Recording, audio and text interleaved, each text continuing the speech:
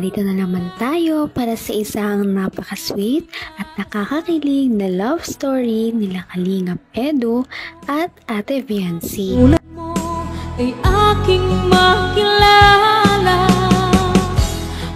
Para sa pagpapatuloy ng ating love story ay pumunta ang Kalingap team sa isang lalawigan kung saan ito talaga ay pinakasikat. Dahil nga maraming nagmamahal sa Kalingap team ay nag-sponsor talaga ito sa kanila ng pang-outing nila papunta sa pinakakilalang Baguio. Noong pumunta sila dito ay nagkaroon sila ng maraming mga activities kasama ang mga iba't ibang love team maliban sa EDSI. Kaya dito nagsuot din sila ng mga traditional na damit ng mga taga Baguio at dahil sa kanilang mga kagandahan at kagapuhan, bumagay talaga ang mga damit nila na suot-suot.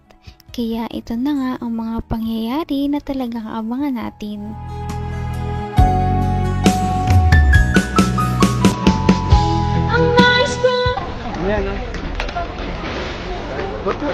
Oh, ayos, ayos. 1, 2, ready. 1. Bilang, ayos, ayos. 1, 2, 3. Bora yung nalito.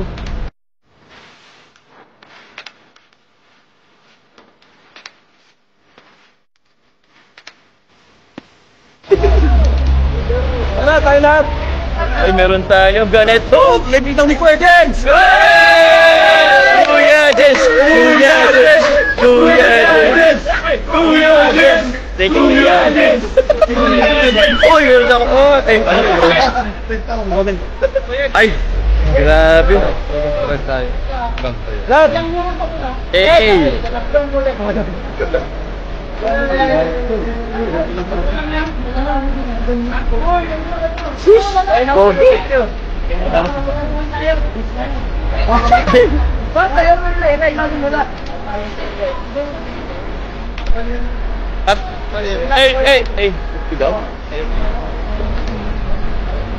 Bro, may mapicture sa'yo, bro.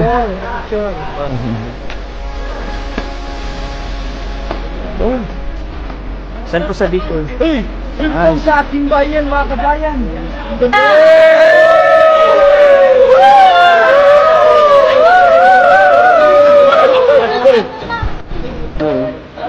Wait lang.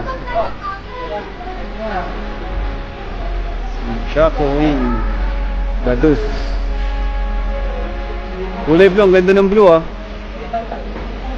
Ganda oh. Alam ko sa'yo.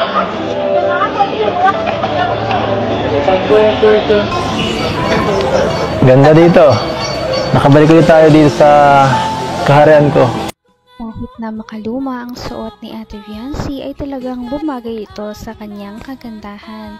Kahit ano talaga ang kanyang isuot ay bagay na bagay sa kanya ito. Kaya naman lalo talagang na-in-love si Kalingap Edu noong makita niya talaga si Ate Viancy na suot-suot ang traditional na damit ng mga taga Baguio at bagay ito sa kanya.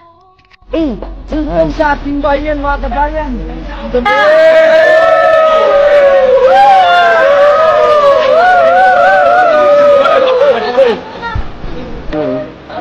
Wait lang.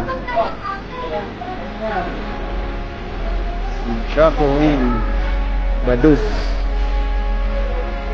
Kulay blue, ang ganda ng blue ah. Ganda oh. Alam ko sa'yo.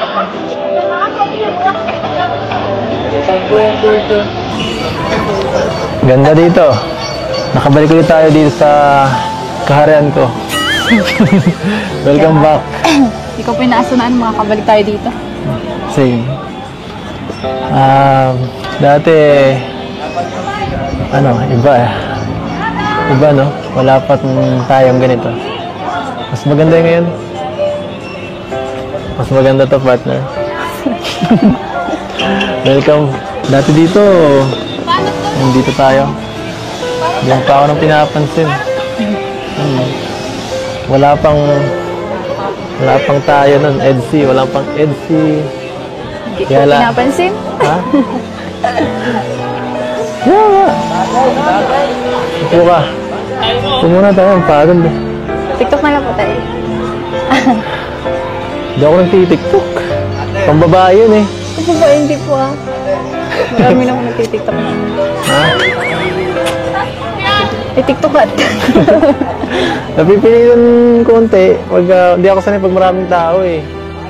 Alam mo, pag titinginan tayo dyan, Ay, ano po yan? hindi masyado sumasayaw ah. Ayoko nang Sige po. masyadong ano.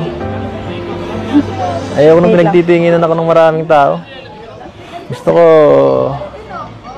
ng isang tao lang. Bagay pala sa'yo maging igurot. Hindi nira.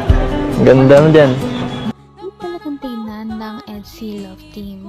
Dito nga ipinipilit pa ni Ate Fiancé si Kalingap Edu na magkaroon sila ng isang TikTok dance. Dahil kung bibisitahin natin ang TikTok ni Ate Fiancé ay makikita natin ang kanyang mga dancing videos dahil mahilig si Ate Fiancé at magaling talaga siyang sumayaw. Kaya niyaya niya si Kalingap Edu.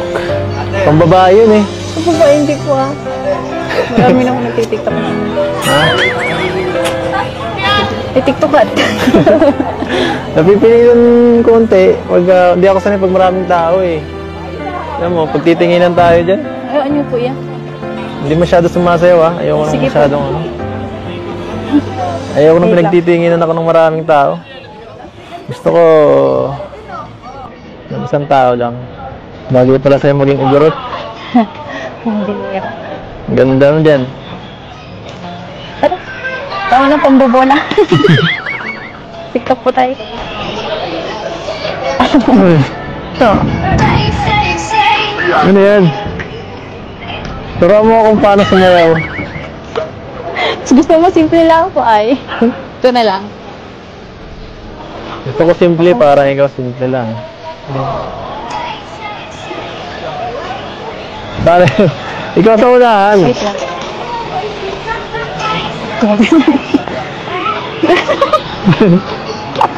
Ano? Ganun. Ganun? Ganun lang. 1, 2, 3, 4. Yan? Ganun. Ito po muna. Wait. Okay? Ta-na-na-na-na-na. Sorry.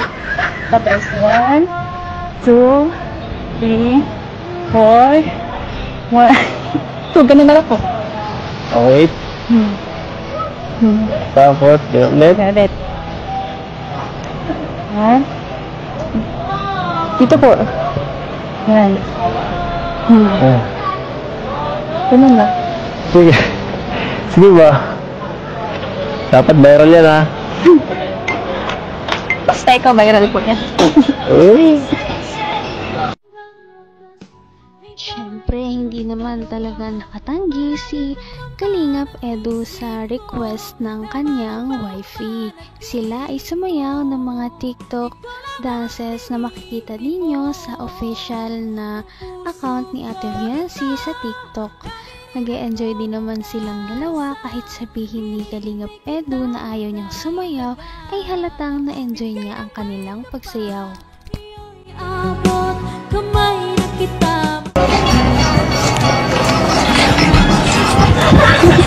Ang gulo na. Ang gulo. Sige, okay lang. Basta ikaw. Maganda na yan.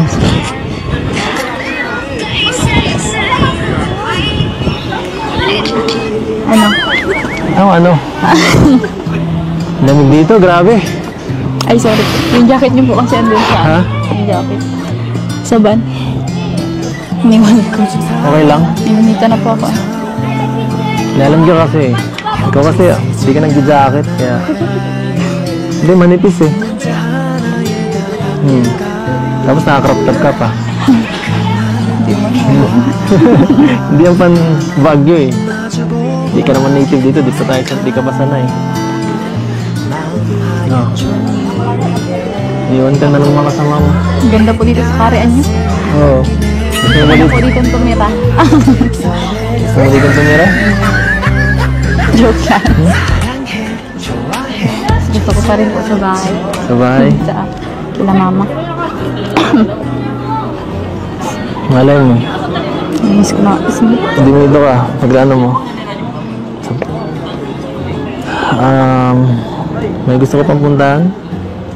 Nalibot mo na to? Hindi po. Hindi pa? Pero naano ko muna po ba ito nung una? Ayaw nga, no? Nilibot na po namin nila, nila Melka po. Sayang wala. Kaya nga po, sayang wala sila naman po. Kasi po. Saya ka? Bakit? Nakabalik po ulit dito. Nakasama po ulit. Nakasama ulit tayo sa Tapos birthday. may mga bago pong angels. Kasama. Oo nga, no? Sinong pinakaya mo sa kanila? Wala po.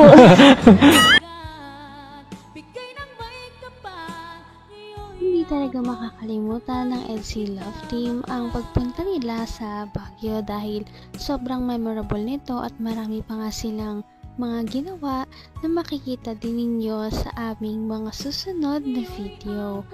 Sana ay marami pang mapuntahan ng LC Love Team dahil nakakatuwa silang panoorin.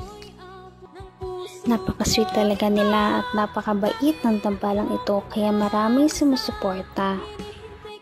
Kaya naman, sana ipatuloy natin silang suportahan at mahalin si Viancy, si Kalingap Edu at ang Kalingap Team. Yun lamang at maraming salamat sa panonood. Abangan natin kung magkakatuluyan ba talaga si Kalingap Edu at Viancy. Hanggang sa muli. Bye! Ngayon'y abot